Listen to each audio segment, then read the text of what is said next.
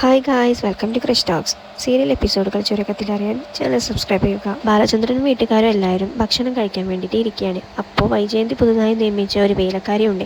വേലക്കാരിയെ വൈജയന്തി പിടിച്ചിട്ട് അവരുടെ ടേബിളിൽ ഇരുത്താണ് ഇവരിന്ന് കഴിക്കാൻ പറഞ്ഞിട്ട്. ഇത് കണ്ടിട്ട് ബാലചന്ദ്രൻ വൈജയന്തിയോട് ചോദിക്കുന്നുണ്ട്, ഈ ശീലങ്ങളൊക്കെ നീ എപ്പോൾ തുടങ്ങി? അലീനെ ഇവിടെ കൊണ്ടുവന്ന സമയത്ത് അവളെ നീ മേശമേരുത്തിയാണ്ട് ഭക്ഷണം കൊടുത്തിരുന്നു. അവളുടെ സ്ഥാനം എന്നും അടുക്കളയിലല്ലായിരുന്നു എന്ന്. അപ്പോൾ വൈജയന്തി പറയുന്നുണ്ട്, ഞാനിവിടെ ഇല്ലാത്ത സമയത്ത് അങ്ങനെ ആയിരുന്നില്ലല്ലോ, അതൊക്കെ നിങ്ങൾ മാറ്റിയിട്ടില്ലേ? അപ്പം ഞാൻ കൊണ്ടുവന്ന വേലക്കാരിയും ഇപ്പോൾ ഇവിടെ തന്നെ ഇരിക്കുന്നു. അതും പറഞ്ഞ് ബാലചന്ദ്രൻ എണീറ്റ് പറയാണ്, ഓക്കെ ശരി, എന്നാൽ നീ ഇവിടുന്ന് കഴിച്ചോ, ഞങ്ങൾ പിന്നെ വേറെ എവിടെയെങ്കിലും കഴിച്ചോളാന്ന്. ഇത് കേട്ടിട്ട് ബബിതയും രോഹിതൊക്കെ അച്ഛനോടൊപ്പം എഴുന്നേൽക്കുന്നുണ്ട്. വേലക്കാരി ഇത് കണ്ടിട്ട് എന്ത് ചെയ്യണമെന്ന് അറിയാതെ ഇങ്ങനെ ഇരിക്കുമ്പോൾ വൈജയന്തിയെ നോക്കുന്നുണ്ട്. വൈജയന്തി അപ്പം നീ അവിടെ തന്നെ ഇരുന്നോ എന്നുള്ള മട്ടിൽ അവളോട് കണ്ണിട്ട് കാണിക്കുന്നുണ്ട്. അത് കണ്ടിട്ട് കൃഷ്ണമോളെ എണീറ്റിട്ട് വേലക്കാരിയോട് ചോദിക്കുന്നുണ്ട്, ചേച്ചി ഇവിടെ കുടുംബകലഹം ഉണ്ടാക്കാൻ വന്നതാണോ അതോ ജോലിക്ക് വന്നതാണോ എന്ന്. അതോടെ ആ ചേച്ചി എണീറ്റ് പറയുന്നുണ്ട്, ഞാൻ ഒരു കലഹത്തിനും വന്നതല്ല, ഞാൻ എല്ലാ ജോലി സ്ഥലത്തും പോയിട്ട് അടുക്കളയിലാണ് ഇരിക്കാറ്, ഇവിടെയും അടുക്കളയിൽ തന്നെ ഇരുന്നോളാം എന്ന് പറഞ്ഞിട്ട് പോകുമ്പം തിരിച്ച് ബാലചന്ദ്രനും ബബിതയും രോഹിതും കൂടെ ഫുഡ് കഴിക്കാൻ വേണ്ടിയിട്ട് ഇരിക്കുന്നുണ്ട്. വൈജയന്തി അപ്പം താൻ പറയുന്നതൊന്നും ഇപ്പോൾ വീട്ടുകാരും കേൾക്കുന്നു അനുസരിക്കുന്നു ഇല്ല, പണ്ടത്തെ പോലെ എന്നുള്ളൊരു ചിന്തയിൽ ഇങ്ങനെ ഇരിക്കുകയാണ്. പിന്നീട് കാണിക്കുന്നത് കുളത്തൂർപ്പുഴയിലെ സ്റ്റാൻലിയുടെ വീടാണ്. അലീന വല്യപ്പച്ചനെയും കൂട്ടി ഫുഡ് കഴിക്കാൻ വരുന്നുണ്ട്. അവിടുത്തെ കാര്യങ്ങളെല്ലാം നോക്കി ചെയ്ത് അപ്പച്ചന് വേണ്ടിയിട്ടുള്ള ഫുഡെല്ലാം കൊടുക്കുമ്പോൾ പൗലോസിനത് ഇഷ്ടപ്പെടുന്നില്ല. കാരണം അവരുടെ ജോലിക്ക് അതൊക്കെ ഒരു ഭീഷണിയാണല്ലോ എന്ന് ഓർത്തിട്ട്. പിന്നീട് സ്റ്റാൻലി വന്നിരുന്ന ശേഷം എല്ലാവരും ഭക്ഷണം കഴിക്കുന്നുണ്ട്. സ്റ്റാൻലിക്ക് ഡിസിപ്ലിനും അതുപോലെ തന്നെ ടേബിൾ മാനേഴ്സും എല്ലാം ഇമ്പോർട്ടൻ്റ് ആണെന്നുള്ളത് ആദ്യം സ്റ്റാൻലി എല്ലാവരോടും പറഞ്ഞിരുന്നു, അലീന ഉൾപ്പെടെയുള്ളവരോട്. അലീന ഭക്ഷണം കൈകൊണ്ട് കഴിക്കുന്നത് സ്റ്റാൻലിക്ക് ഇഷ്ടമല്ലായിരുന്നു. ഒരുപാട് തവണ അങ്ങനെ കഴിക്കരുതെന്ന് സ്റ്റാൻലി അലീനയോട് വാൺ ചെയ്തിട്ടുണ്ടായിരുന്നു. പിന്നെ അലീന അതുപോലെ തന്നെ കൈ വെച്ചിട്ട് ഭക്ഷണം കഴിക്കാൻ ഒരുങ്ങാന്ന്. സ്റ്റാൻലി പിന്നെയും അലീനയെ വാൺ ചെയ്യുന്നുണ്ട്. ഇത് കണ്ടിട്ട് സ്റ്റാൻലിയെ ഒന്ന് മയക്കാൻ വേണ്ടിയിട്ട് അലീന പഴയ അനാഥാലയത്തിലുള്ള കഥകളും അതുപോലെ അന്ന് അവള് ഭക്ഷണം കഴിച്ചത് ഇതുപോലെ ആയിരുന്നു ഒക്കെ പറയുന്നുണ്ട്. ഇതൊന്നും സ്റ്റാൻലി ശ്രദ്ധിക്കുന്നില്ല. നീ പണ്ട് ജീവിച്ചത് പല സ്ഥലത്തും പല രീതിക്കായിരിക്കും, എന്നാൽ ഇവിടെ അതുപോലെയല്ല, ഇവിടെ ഞാൻ പറയുന്ന രീതിയിലാണ്, എൻ്റെ ഡിസിപ്ലിൻ ആണെന്നൊക്കെ പറയുന്നുണ്ട്.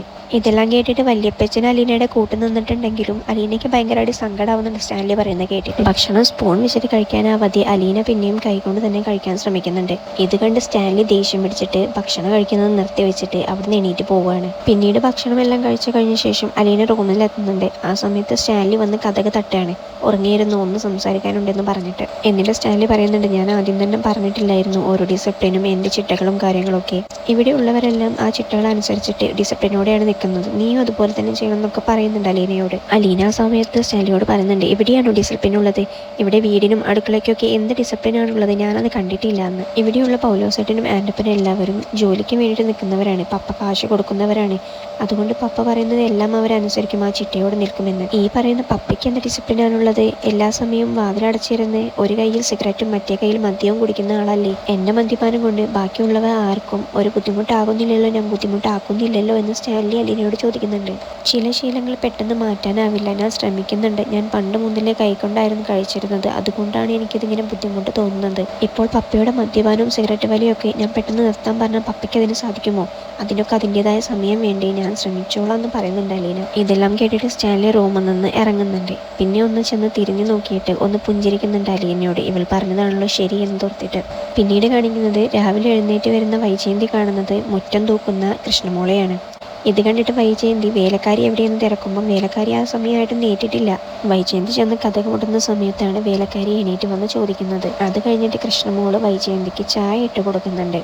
ഇത് നീ എങ്ങനെ ഉണ്ടാക്കാൻ പഠിച്ചു, ആര് പഠിപ്പിച്ചു എന്നൊക്കെ പറയുമ്പോൾ അലീനയുടെ പേര് പറയുന്നുണ്ട്. അത് വൈജയന്തിക്ക് ഒട്ടും ഇഷ്ടപ്പെടുന്നില്ല. ബാക്കിയുള്ളവരൊക്കെ എവിടെയെന്ന് ചോദിക്കുമ്പോൾ കൃഷ്ണമോള് വൈജയന്തിയും കൂടിയിട്ട് കിച്ചണിലേക്ക് ചെല്ലുന്നുണ്ട്. കിച്ചണിലേക്ക് എത്തുന്ന വൈജയന്തി കാണുന്നത് രോഹിത് അവിടെ എന്തോ കട്ട് ചെയ്യുന്നുണ്ട്. ബബിത ബ്രേക്ക്ഫാസ്റ്റ് ഉണ്ടാക്കിക്കൊണ്ടിരിക്കുകയായിരുന്നു.